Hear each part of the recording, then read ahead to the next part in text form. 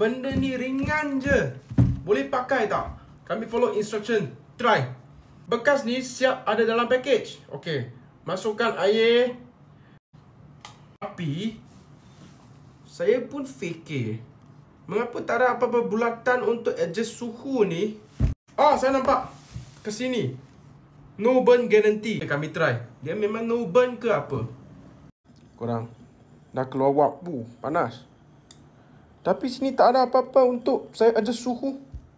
Apa benda ni? Sampai sekarang saya tak tekan apa-apa pun. Saya masukkan air je. Tekan untuk on elektrik. Itu saja.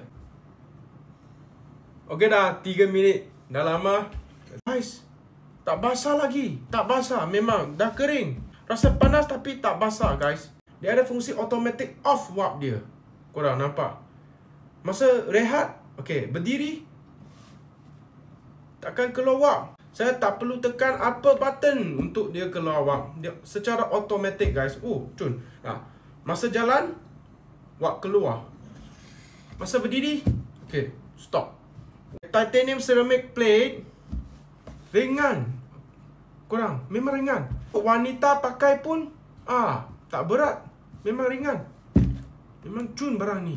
Pas with high mark. Saya menyesal beli. Terlalu lewat lah guys. Masa saya beli 120.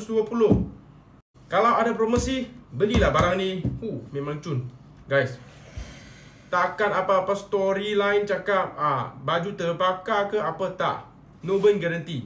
Saya memang percaya barang ni.